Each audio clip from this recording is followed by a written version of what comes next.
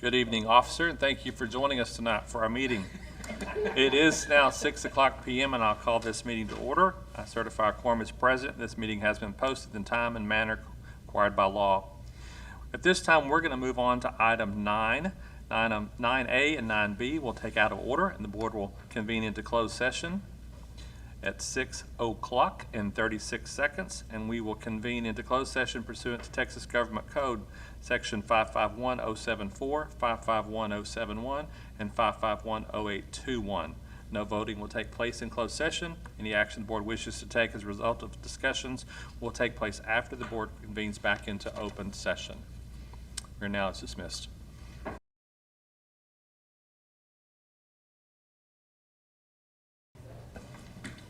Well, good evening. It is now 7 o'clock, and we'll move on to item 3, introductions to the meeting. And so this evening, we're glad to have with us Kyle Stewart. Kyle Stewart is a pastor of the Endeavor Church in Forney. Pastor Kyle earned his bachelor's in religion and evangelism. Then he earned his master's in church ministries and discipleship from Liberty University. For the past 5 years, he's been the pastor of Wildwood Baptist Church in Mesquite before launching the Endeavor campus in March of 2021 here in Forney. He and his wife Jessica, who is a teacher, and together they have a 2-year-old son and they have one on the way. When not serving the community and sharing the love of Christ with others, he enjoys being outdoors, fishing, and hunting. Endeavor Church is looking forward to supporting 3 campuses this fall: Blackburn Elementary, Crosby Elementary, and Brown Middle School. We're thankful for Kyle and Endeavor Church and glad that they're part of the Forney family. So if we would rise, he'll lead us in our invocation. I appreciate that, and thank you guys for having me. I know that I'm coming from youth camp. I just drove in, I'm about to drive back. And so I have a lot of your students, and they are not ready to come back to school. I know that their parents are ready to come back to school. So you would pray with me. Dear Heavenly Father, thank you for just this city and this community of schools. I just ask today a special prayer of just revival, Forney ISD, that this year wouldn't only be marked with educational advances or educational breakthroughs, that it would be marked with a revival that is spread out through all of the campuses in Forney. I just ask for you to strengthen the believers that are inside the campuses, both students and teachers. I just ask for protection of each one of the schools, both physically and spiritually. God, these students are so precious. They are 100% made in your image. And we know that you died on the cross, but not only the students, but the teachers too. I just ask for blessings over this school year. I ask for blessings over this school board and superintendent, all the principals and all the staff. And I just thank you, I humbly thank you for being not only our creator, but our savior. We didn't deserve anything that you've given us, God. We didn't deserve or earn you dying for us on a cross, but you did it because you love us that much. And I just thank you for your grace and your mercy. And it's in your name we pray. Amen. And I'd like to please pray. I pledge to the flag of the United States of America and to the republic for which it stands, one nation, under God, indivisible, with liberty and justice for all. I honor the Texas flag. I pledge allegiance to thee, Texas, one state, under God, one and indivisible.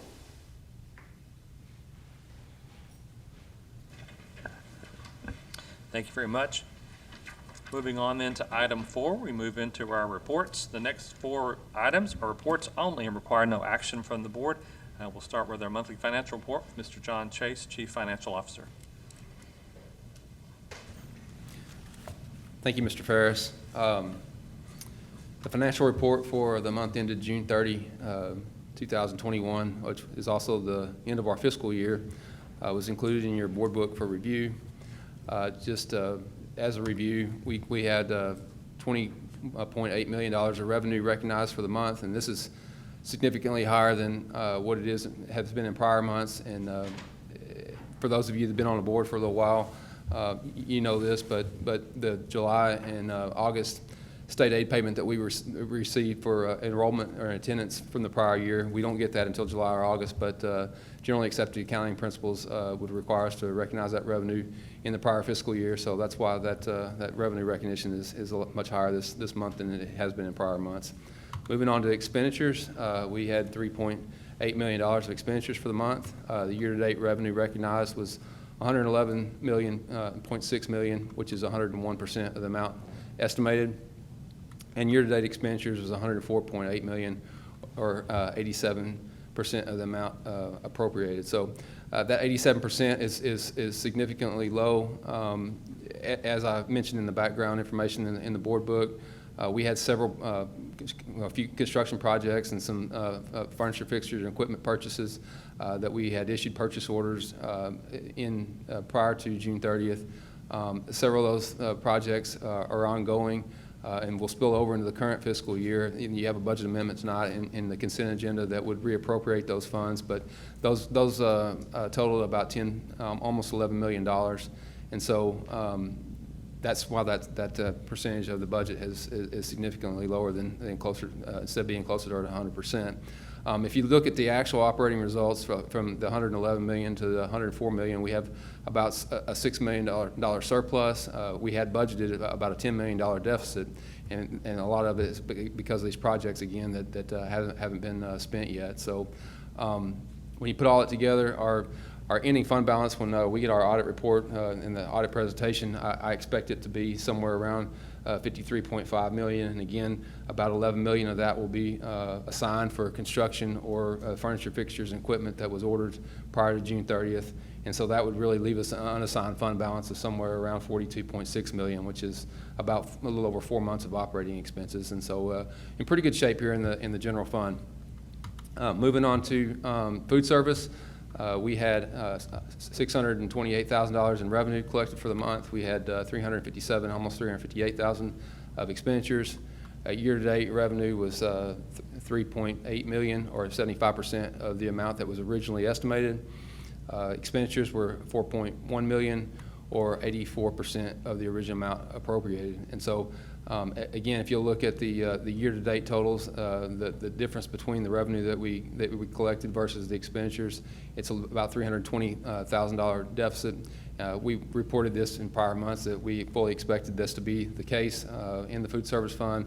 That deficit will be covered by the general operating fund, and that was included in that prior financial report that I just given for the general fund. So. No surprises really there. We expected to end the year this way. When several of our kids were at home this year, it definitely caused some problems with our food service sales. So we hope next year that'll be better. At least we're budgeting and proceeding forward as if the school year will be more normal in the upcoming school year, and hopefully we'll be able to serve kids out of the cafeteria again, and that will definitely take care of the deficit problems here. And finally, on the debt service fund, we had $183,000 of property tax collections for the month.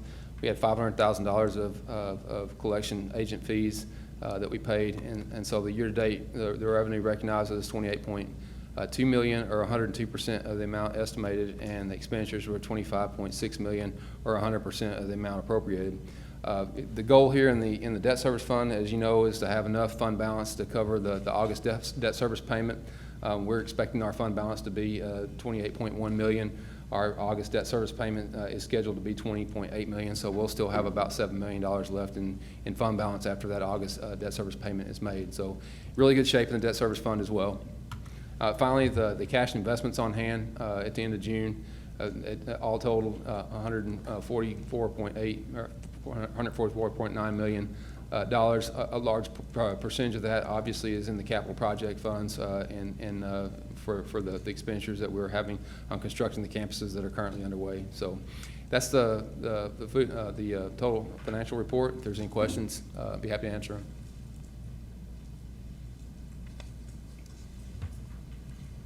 Thank you, Mr. Chase. Let's move on to quarterly investment report. The investment report for the quarter ended June 30. We had almost $146 million on deposit. That was at either at Citibank, our local depository, or one of our 3 investment pool accounts that you have listed there. Interest rate on those deposits is as low as 0.12% or as high as 0.65%. So, or actually that's 0.012%. So, long story short, the interest rates are really, really low, historic lows right now. And based on the Fed meeting that happened this week, I don't anticipate interest rates moving a whole lot in the near term. So we can expect interest rates to be really super low. And as a public entity, we have to invest in things that are very, very conservative because of the Public Funds Investment Act, so we don't lose any of our principal in those short-term investment options that we have. They're not yielding a whole lot in the way of interest right now. So the total interest for the month or for the quarter was almost $45,000, which again, with deposits of $145 million, that's just not very much, but that's just the environment that we're in right now. But that's the investment report. I'd be happy to answer any questions if you have them.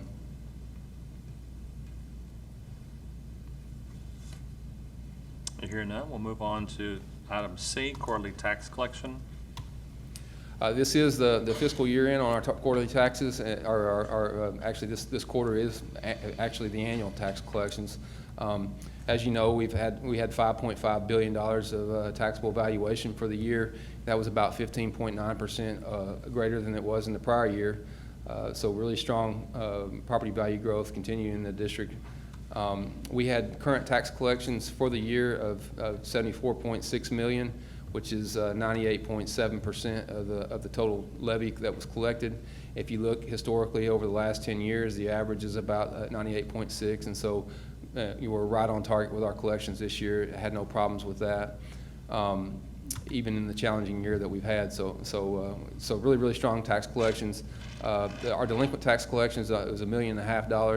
Now, if you express that as a percentage of our total current tax levy, that's about 2%, and that's almost 0.5% higher than what it has been historically in prior years. And the primary reason for that is we have several $1,000s in rollback tax collections that we got for the year. So as long as that land keeps coming out of ag and it keeps getting reevaluated and that those taxes from prior years keep rolling in, I mean, we'll have really, really strong tax collections in that category as well. But overall, we're over 100% collected on our annual tax levy if you combine the delinquent taxes with the current tax levy. And so really strong, good place to be as far as tax collections in the district. So if there's any questions, I'd be happy to answer them.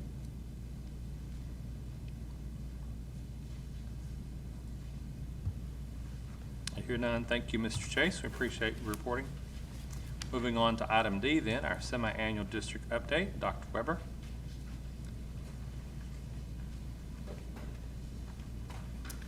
Mr. Ferris and school board members, it's always an honor to stand up here because I'm just representing not just the Orange Circle or my learning team, but really all of our different groups. And when we put this together this year, we've done so much in the last 6 months. The video was 26 minutes. We aren't going to show you a 26-minute video. We did pare it down to about 10 minutes. But it was just a reflection when Juan put together everything that had been accomplished. We really moved mountains in the last 6 months. So we pared it down to a few highlights to share with you that give you just a little smidgen of the monumental things that all of the team members that I sit with tonight have done. So I'll share the video with you.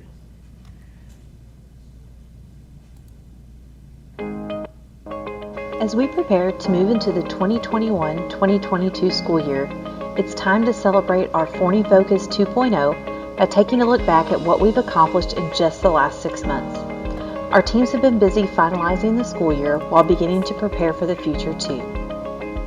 From financials to grounds and maintenance to custodial and to food service, our Green Circle or financial services has been busier than ever this year.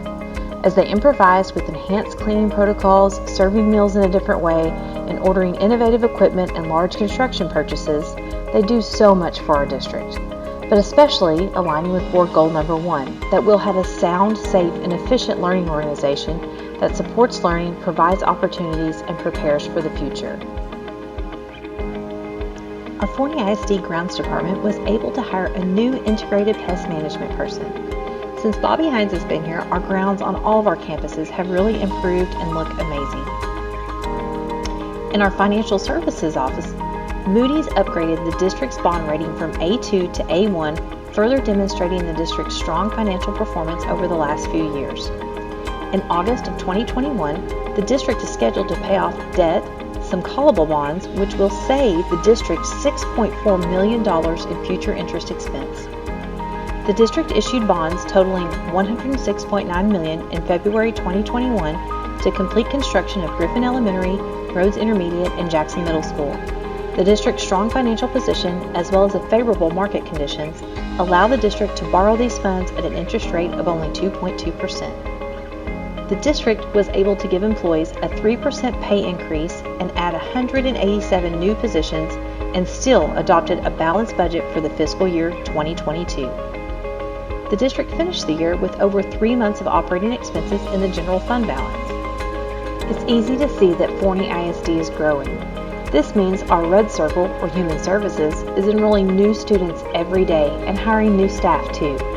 While our Human Services initiatives support Board Goal Number 1 to provide opportunities and prepare for the future, they also align with Board Goal Number 3, fostering a culture of excellence to build positive relationships and empowering our diverse population to achieve lifelong learning. The Human Resources Department continued to staff multi-purpose aides and strategic intervention teachers to assist with coverage of campus duties. Principals have said these positions have been lifesavers this year. 120 positions have been reallocated and restructured to accommodate the opening of 3 new campuses. We began the 2019-2020 year with a new anonymous bullying crisis reporting system called Anonymous Alerts. Future focus in the area of safety and security will always remain a priority in Forney ISD.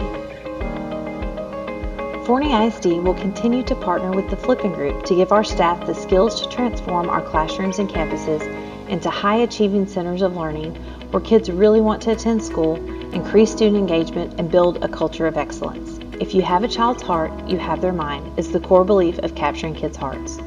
We are proud to announce that Forney ISD had 6 campuses nominated and 4 campuses selected as Capturing Kids' Hearts National Showcase campuses. District adopted I Love You Guys Foundation, standard response protocols for emergency response, and the standard reunification method. Officer Jill Smith has been named as the FISD Police Department's Emergency Management Coordinator. Forney ISD has partnered with the Kaufman County and the Terrell Fire Department to provide a drive-through COVID vaccine opportunity for the public. Just under 6,000 people were fully vaccinated through the FISD Vaccination Hub. Health Services partnered with the Lions Club to continue our annual free professional vision screening for students in need. We adapted our annual professional vision evaluation and free prescription glasses distribution to all students in the district in need. Our Orange Circle, or Learner Services, have been extremely busy this year. And while they align with just about all of our board goals, they certainly align with number 2. We will design and implement an innovative curriculum that meets the academic, social, emotional, and future-ready skills for all learners. Our Special Education Department has completed approximately 300 initial evaluations during this challenging year. Forney ISD has entered into agreement with Baylor University to become a clinical practicum site for the master's program for speech-language pathologists for the 2021-2022 school year. 5th through 12th grade teachers are registered for differentiated instruction this summer, created and launched by the Learning Specialist team. 6 of the 7 sessions being offered are already at capacity. STEAM camps are back this year with 13 different camps, 37 separate sessions covering 4 weeks throughout the summer.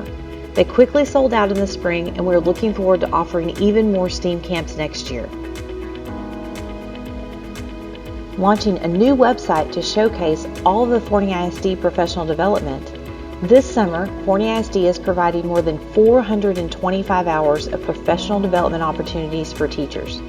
This includes a revamped kindergarten through 4th grade ELAR scopes to include explicit, systematic phonics instruction, and creation of a district instructional playbook to help coach and support Tier 1 instruction and differentiation in the classroom. Forney ISD Fine Arts wins the NAM Foundation Award for the 2020 and 2021 Best Community for Music Education for the 7th year in a row. We have continued fine arts concerts and performances this school year with limited audiences and health and safety protocols in place. Social distance seating markers fill our performing arts centers at every event, and our Green Brigade helps monitor health and safety at each event. Making and learning are linked. Our students continue to excel due to their involvement in the arts.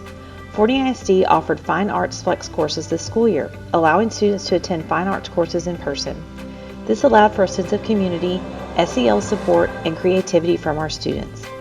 As students create art, they are employing all subject areas, therefore helping to close possible learning gaps while reinforcing 21st century skills. Now in its second year, we have expanded the Advanced Academics and Fine Arts Academy at Blackburn to include kindergarten and third grade. We've also expanded the Dual Language Academy to the World Languages Academies at the middle and high school level. Our Blue Circle, or Innovation and Information Services, crosses into several board goals, just like our other teams, but definitely addresses board goal number 4 to develop school, family, and community partnerships that expand opportunities for all. Since the beginning of our new extended partnership with Dallas College, we've had 72 community members and faculty and staff enroll at Dallas College with the in-district tuition rate.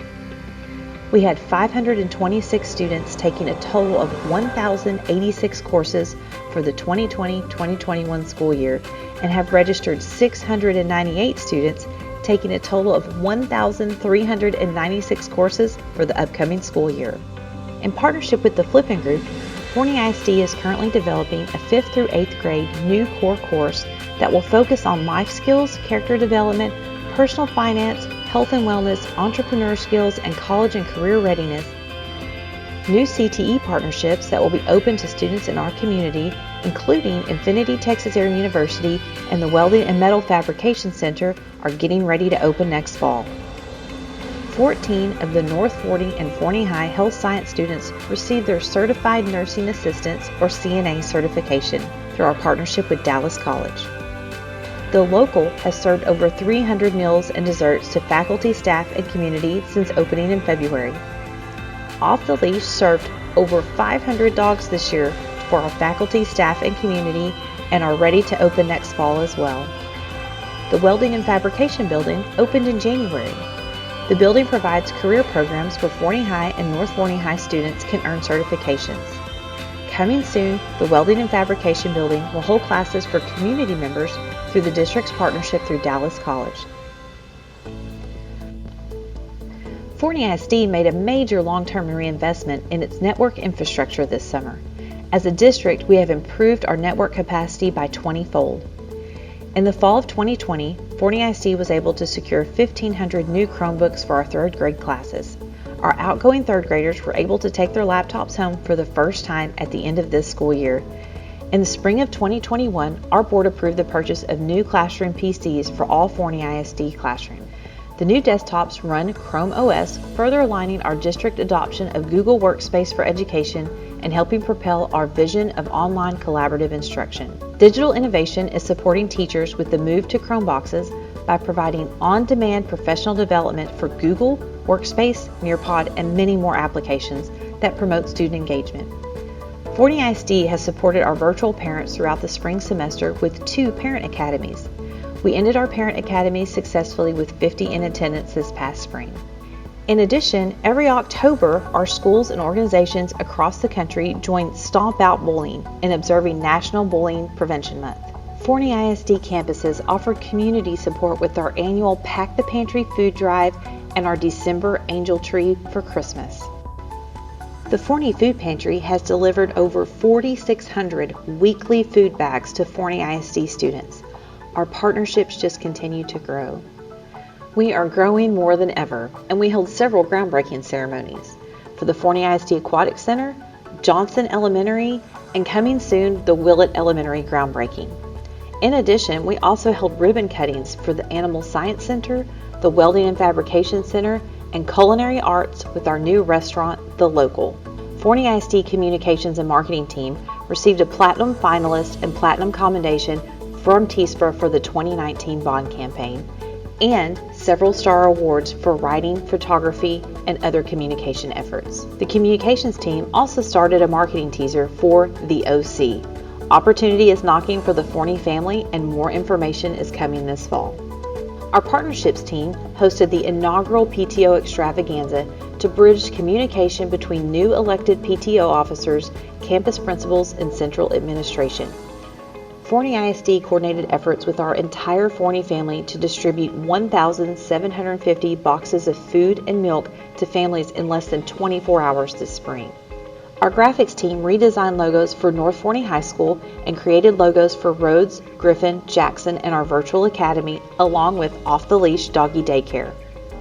We are proud of what we've accomplished over not just the last 6 months, but the last several years, using our Forney Focus 2.0 plan as a guide. Thanks to our strategic planning committee this past spring, we're looking forward to the future with a new plan in place. It has definitely been the most challenging year we've faced in education, but we persevered and are looking forward to what the future holds for Forney ISD and all of our Forney family.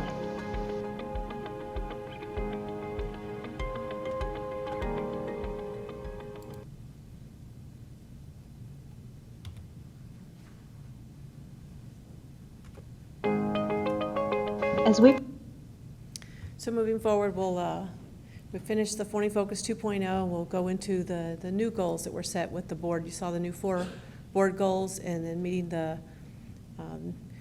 really newly established components that came out of our strategic planning as we move forward, and with the kind of reorg of our different circles. But we have accomplished a lot. Dr. Terry's been a great leader for us all to follow, and it's really amazing to look back and see what all we did just in the past 6 months. So I look forward to really starting this new school year and getting started and seeing what we can accomplish before we do this report again. Do you have any questions?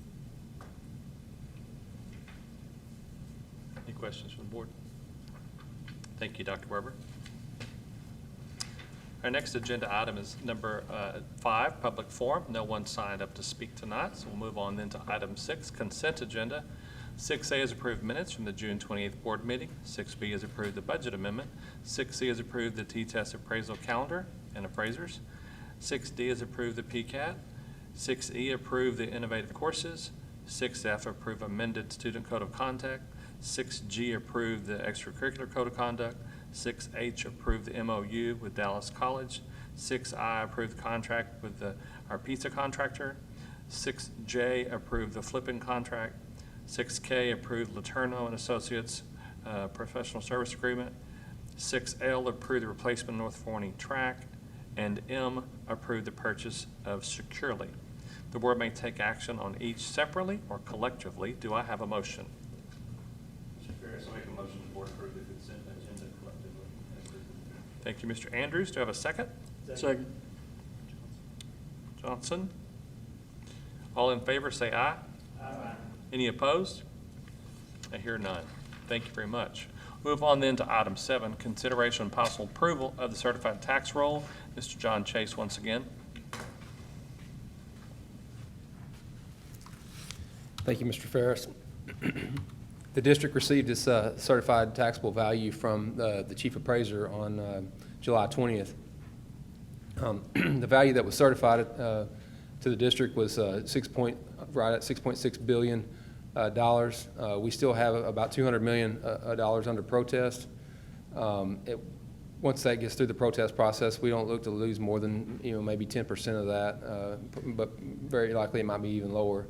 But the total taxable value, assuming we got 100% of the value under protest, would be $6.7 billion. If you compare that to the same point in time last year with what our total taxable value was at that point, because last year I think we had $170 million or so under protest at that point too. But it's a total value increase of 18.2%. And as you remember during the budget process, we were expecting about an 18% tax increase, or not tax increase, excuse me, certified value increase, and that's pretty much where we're at. So based on that and our review of the certified roll that we got, the administration would recommend that the board approve or accept the roll as presented.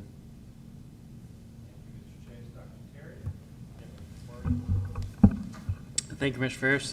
Just to clarify, we are not raising taxes, but we do have an increase in appraised values, and ask that you accept those tonight, the certified tax values as presented.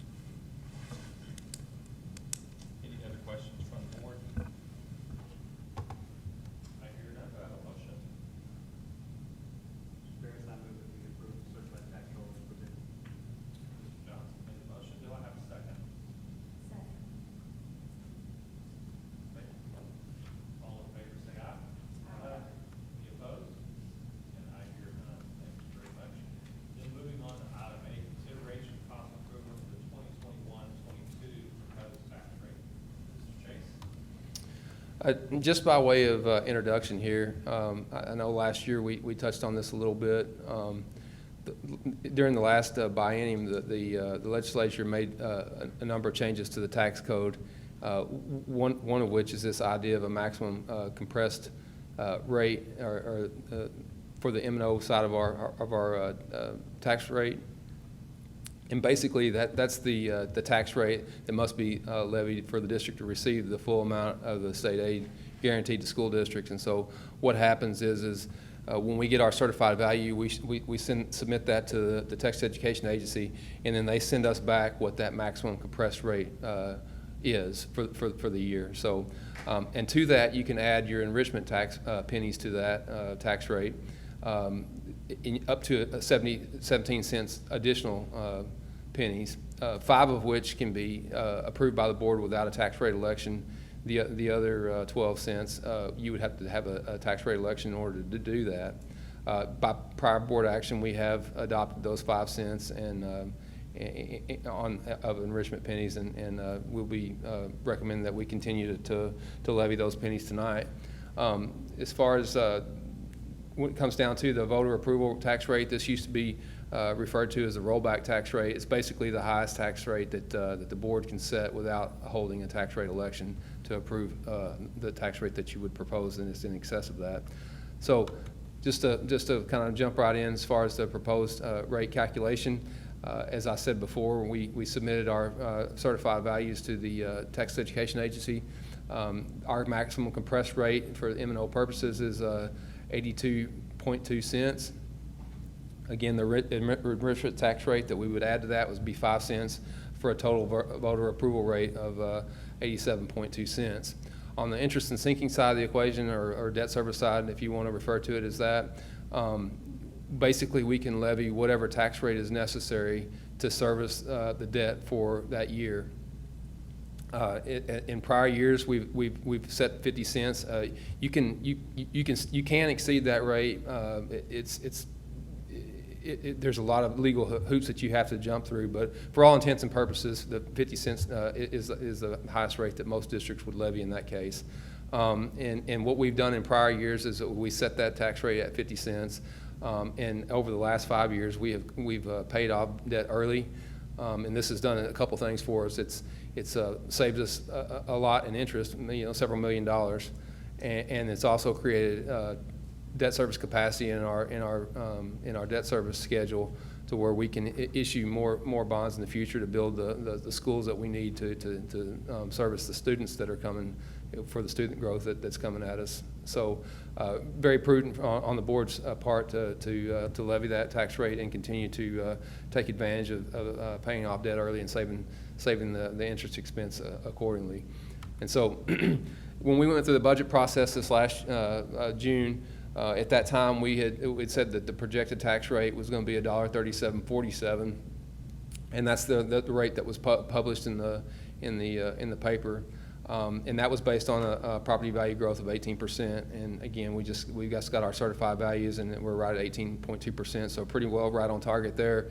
The state did come back after they met in this legislative session, and the comptroller's office, when they go out and they estimate the total taxable value increase in the entire state, and if it goes up by more than 2.5%, if they estimate it by more than that, whatever amount that's in excess of that, they further compress the tax rate. And so we did have a small tax compression this year as well that we get to take advantage of, and that would bring our proposed rate, as I pointed out earlier, to $1.3720, which when you compare that to the $1.3747 it was this past year, it's a reduction of 0.27 cents. And so when you look at that on an average market value of a house and then compare that to the average taxable value, first of all, the market value on the average in the district went up a little over $20,000 for the year, so pretty substantial from 1 year increase. The average taxable value went up even more than that. It went from $225,000 to $257,000, which is about a little over $30,000. And when you compare the last year's rate and this year's proposed tax rate, when it's all said and done, that would, on an average taxable house, that would be a $288 additional tax on that house. Now, if you look at this though what would actually occur on a person by person or a house by house basis, when you see that the value goes from 225 to 257, you can't actually get taxed on a 30,000 increase. If you had that house last year that was valued at almost 226,000, there's a appraisal cap on that says that you can only get appraised at 10% additional on that house to be taxed on it for the following years. And so really the maximum you could get if you own that house that was taxed, that had a taxable value of $226,000 would be an additional $22,000 on that, which would be around $247 or so. And that would actually be an increase of about $166. And so, again, it just depends on house by house, person by person, what your appraisal was last year versus this year. I mean, this is just on an average residence on average in our district. So that's pretty much the information that I have for the proposed levy. With that being said, the administration's recommendation is that the board would propose a rate of $1.3720. Thank you, Mr. Chase. Any questions from the board? Here, no questions. Dr. Terry, any recommendation? Thank you, Mr. Ferris. Just to remind everybody, one thing we don't control is the appraised value. What you do control is the tax rate, and just wanted to, excitedly bring you the opportunity to approve a proposed tax rate for the third year in a row of a reduction. In fact, over the last 3 years, we proposed tax rates of a reduction of about 17 cents. So the state does have a big hand in that, and how they have compressed values down, but just wanted to, I guess, congratulate you on actually lowering our tax rate for the last 3 years if you approve tonight's $1.3720. So we would recommend that you approve that $1.3720, continue managing the debt service side in the way that we have and paying off and some of our debt early, which is also, I think, about $6.2 million this year. So that's pretty exciting as well. So recommend approval at $1.3720 for this year, and then we will, our proposal, approve the proposed tax rate, and then we'll come back in a month and actually adopt it. Thank you very much. Do I have a motion? I make a motion that the board approve the 2021-2022 proposed tax rate as presented. Thank you, Ms. Green. Do I have a second? Second. Andrews? We have a motion and a second. All in favor say aye. Aye. Any opposed? And I hear none. Thank you very much, Mr. Chase. This time we're moving on to item 9. It's our closed session. We've already covered 9A and B in our earlier closed session. We'll go back into closed session now for items C and D.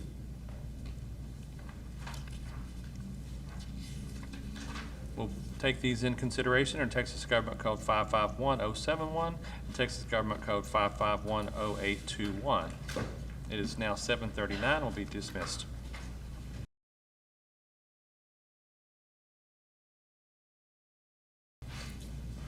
Okay, it's 8:51. We'll reconvene back into open session with item number 10, consideration and possible approval of the ratification of employment of professional contract personnel as discussed in closed session. Do I have a motion? Mr. Ferris, I make a motion the board approve the ratification of employment of professional contract personnel as discussed in closed session. Thank you, Mr. Andrews. And do I have a second? Second. Mr. Regan, all in favor say aye. Aye. Any opposed? I hear none. Thank you very much. Moving on to item number 11, consideration and possible approval regarding the semi-annual superintendent's evaluation, and no action is required to be taken on this item. Then we're moving on then to item 12, consideration and possible approval of student transfer appeal. May I have a motion? Mr. Ferris, I move that we deny the transfer appeal and uphold the decision of the transfer committee. Mr. Johnson's made a motion. Do we have a second? Second. Mr. Regan, all in favor say aye. Aye. Any opposed? And I hear none. Please note on item 13, the announcements and dates and times listed there. Dr. Cherry or administration will give us more details or send us email reminders about Tuesday, so Be watching your inboxes for that. Notice all the other dates coming up, groundbreakings, et cetera. It is now 8:52 p.m., and I'll call this meeting adjourned. Thank you.